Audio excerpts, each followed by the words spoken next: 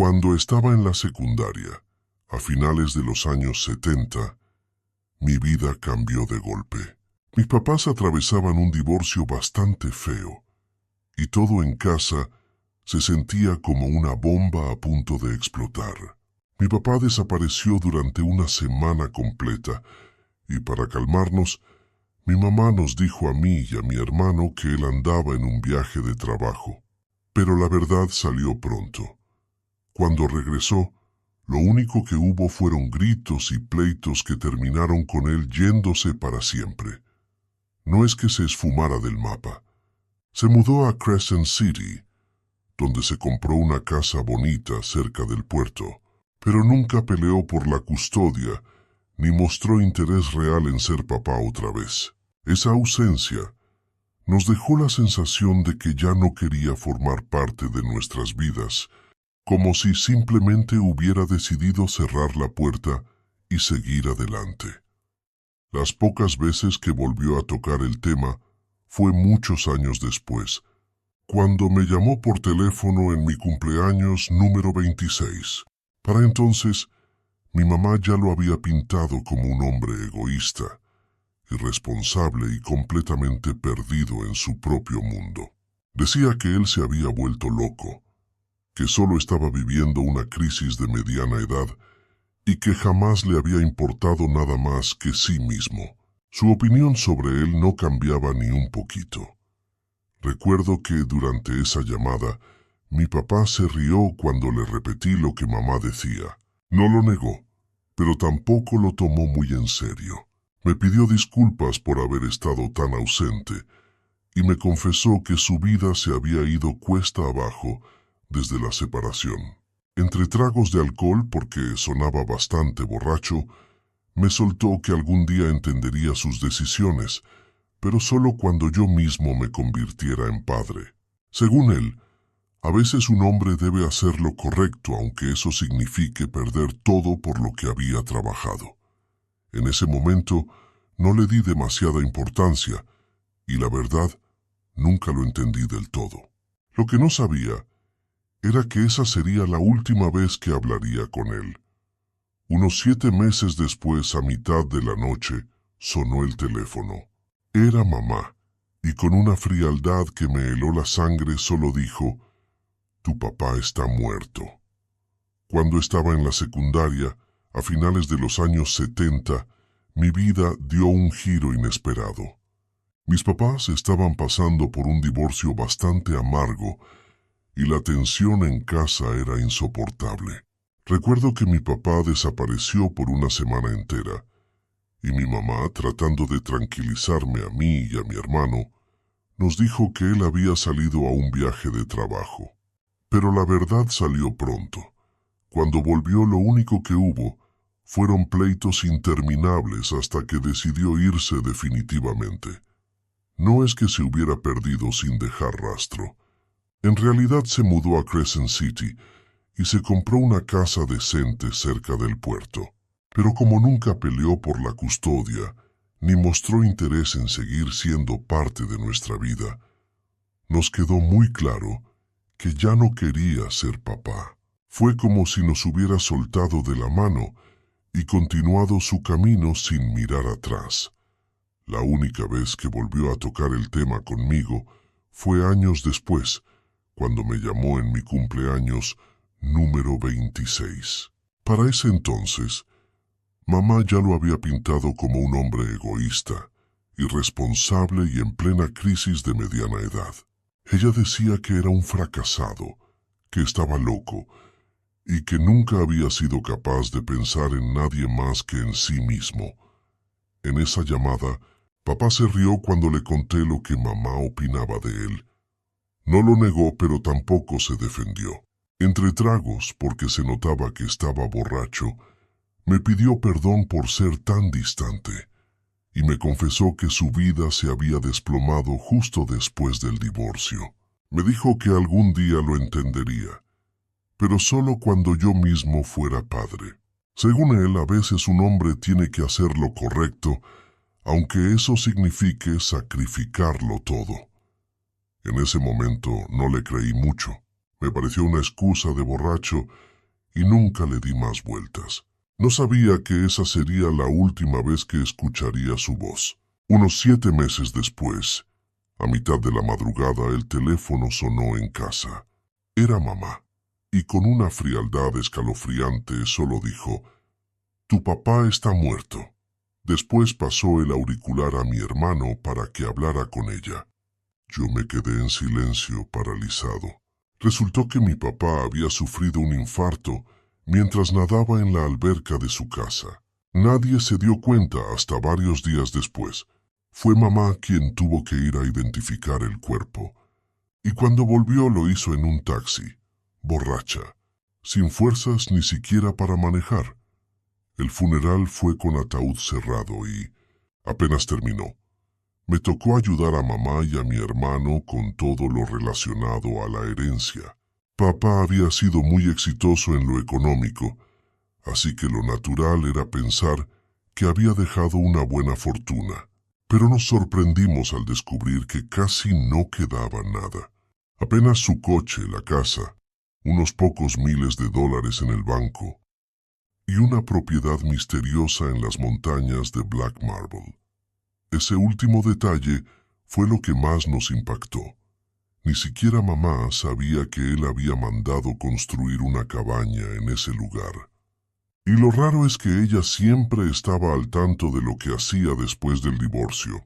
El abogado explicó que se trataba de una cabaña de una sola habitación, levantada en un terreno pequeño cerca de un pueblo llamado Happy Camp, en el condado de Siskiyou, a unas 20 millas de distancia.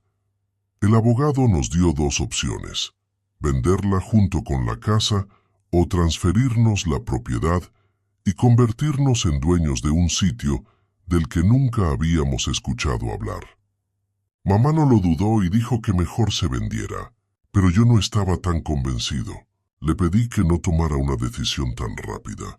Ella insistía en que seguro no había nada más que botellas vacías y basura de borracho, pero yo quería comprobarlo con mis propios ojos. Le confesé en privado que necesitaba ir a ver qué había en ese lugar. Mi hermano no mostró interés, así que fui yo quien se ofreció a hacer el viaje. Algo dentro de mí me decía que esa cabaña escondía más de lo que parecía. Esperé hasta mediados de noviembre de ese mismo año para lanzarme, asegurándome antes de que los incendios forestales de la zona ya estuvieran controlados. No era cosa de llegar en carro y estacionarme frente a la puerta. El acceso era complicado y requería varias horas de caminata entre montañas. La verdad, yo no era experto en esas cosas. Nuestra familia siempre había sido más de hoteles que de campamentos, así que tuve que prepararme durante meses comprando equipo y planeando cada detalle. Cuando por fin estuve listo, sentía una mezcla rara entre nervios y curiosidad. Lo que más me intrigaba era entender qué lo había llevado hasta ahí. De pronto había descubierto un amor oculto por la naturaleza, o había un motivo más profundo. Lo que nunca me pasó por la cabeza fue que quizá no debía buscar respuestas. Temía encontrar solo pruebas de su alcoholismo o alguna obsesión extraña que no quería conocer. Ya estando en Happy Camp, un lugareño me indicó el camino hacia un sitio llamado Cottage Grove, donde una empresa de rafting aceptó que dejara mi coche estacionado. Desde ahí eran casi 5 millas de caminata hasta llegar a Black Marble Mountain. Solo tenía como referencia un mapa que el abogado había conseguido. El trayecto fue agotador. Me perdí un par de veces.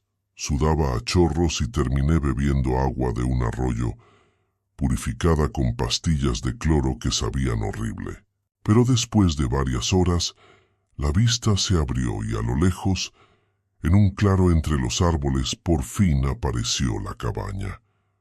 Yo me esperaba algo tipo refugio elegante, un escondite de lujo para escapar de la rutina. Pero lo que vi fue todo lo contrario.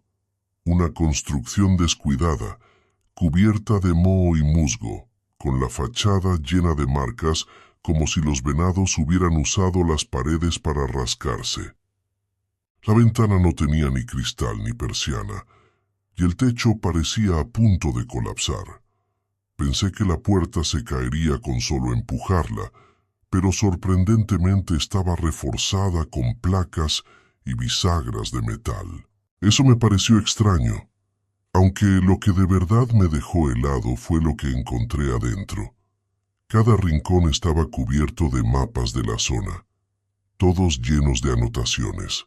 Había basura típica de campamento, cartuchos de gas vacíos, botellas, envolturas, pero lo más inquietante eran las fotografías esparcidas por la mesa y clavadas en las paredes.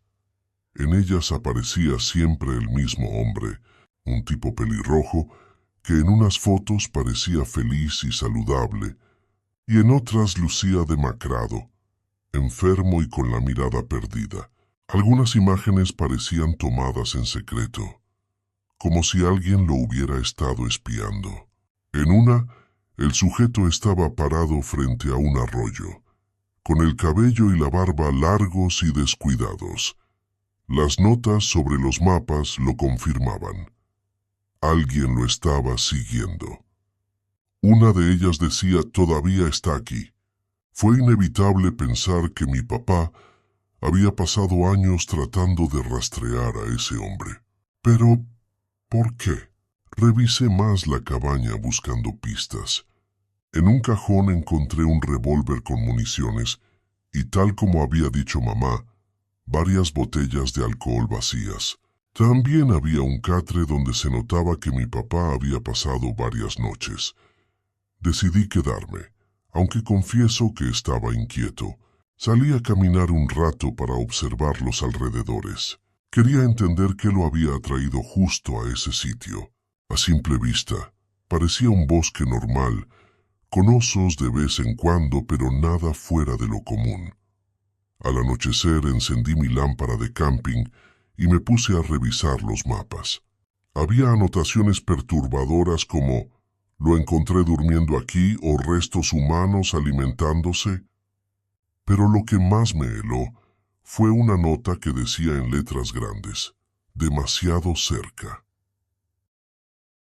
Eso, sumado al arma, me hizo pensar que ese hombre pelirrojo no era solo una curiosidad. Representaba una amenaza. En ese momento, comprendí que dormir ahí no era la mejor idea, pero ya era tarde para salir sin perderme en la oscuridad. Cerré la puerta con tranca, aseguré la pequeña ventana y me recosté en el catre. Entre el ruido del viento y el cansancio de la caminata, poco a poco fui quedándome dormido. No sé cuánto tiempo pasó hasta que un ruido me despertó. Miré el reloj. Eran casi las 2:30 de la madrugada. El corazón me latía con fuerza. Primero pensé que era algún animal atraído por el olor de comida, pero pronto noté que los pasos eran demasiado firmes, demasiado humanos. De inmediato tomé el revólver del cajón. No soy experto con armas, pero sabía cómo cargarlo y dispararlo si era necesario. Me acerqué con cuidado a la ventana, abrí la contraventana y alumbré con la linterna. La luz iluminó las sombras entre los árboles, y entonces lo vi. Era un hombre completamente desnudo, cubierto de tierra y mugre, con una larga melena roja y barba descuidada. Caminaba lento, casi arrastrando los pies, sin reaccionar a la luz. Se movía en círculos alrededor de la cabaña, hasta que de pronto se quedó quieto, inmóvil, como una estatua. Yo, nervioso, grité: «Oye, tengo un arma». Pero él no respondió. Solo se balanceaba suavemente. De repente, sin previo aviso, empezó a correr hacia la puerta con una velocidad aterradora. Cerré la ventana de golpe, retrocedí apuntando al frente y entendí al instante por qué la puerta tenía placas de metal. Pensé que intentaría derribarla, pero justo cuando sus pasos llegaron hasta la entrada, se detuvo. Entonces Empezó a golpear suavemente, como si tocara con los nudillos. Al principio apenas se oía, pero poco a poco los golpes se volvieron más fuertes y más pesados. Me di cuenta de que no estaba usando la mano. El sonido era distinto, sordo. Era su cabeza. Ese tipo estaba estampando la frente contra la puerta una y otra vez. Grité desesperado, diciéndole que mi papá ya había muerto y que yo me iría al amanecer. Apenas terminé de decirlo, los golpes cesaron, y lo siguiente que escuché fue su voz áspera y rota pronunciando el nombre de mi papá. Volví a gritarle que él ya no estaba, que yo no buscaba problemas, que me marcharía. Solo repitió el nombre, cada vez más fuerte, hasta que de pronto el silencio regresó y escuché pasos que se alejaban. Me quedé quieto, temblando, hasta que ya no se oía nada. Sabía que no podría volver a dormir ahí. Rápidamente empaqué mis cosas y salí al bosque, caminando sin parar hasta que salió el sol. La caminata nocturna fue terrorífica. Cada sombra parecía la silueta del hombre pelirrojo. Cada ruido, un intento de ataque. El corazón me martillaba tan fuerte que pensé que iba a desmayarme. Cuando al fin llegué al coche me sentí a salvo. No había dormido en más de 24 horas, pero el cansancio no vencía la adrenalina. Ya en casa, llamé a los guardabosques para reportar lo que había visto. Les dije que había un hombre peligroso rondando, pero omití los detalles sobre las fotos y los mapas de mi papá. El guardabosques me sorprendió con su respuesta. No era el primero en hablar de un hombre salvaje pelirrojo en esa zona. Llevaban al menos 15 años recibiendo reportes similares, justo desde la época del divorcio de mis padres.